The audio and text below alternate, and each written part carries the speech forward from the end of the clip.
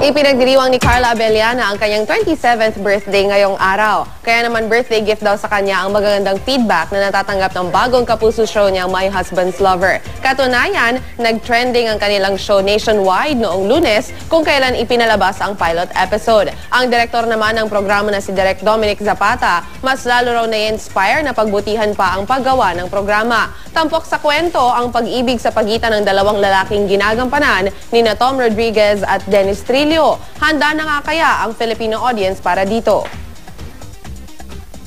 Mas marami na silang napanood, so mas marami na silang hinahanap pa na iba.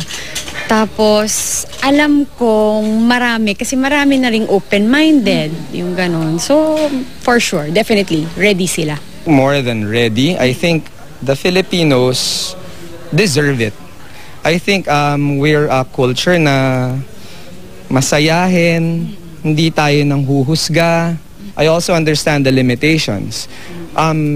I look at the limitations pero hindi ako doon nakafocus. There's so much more opportunities than there are limitations. Pressure, but in a way, pressure na nakakatulong. Pressure na pag-igihan pa namin yung ginagawa namin para sa kanila.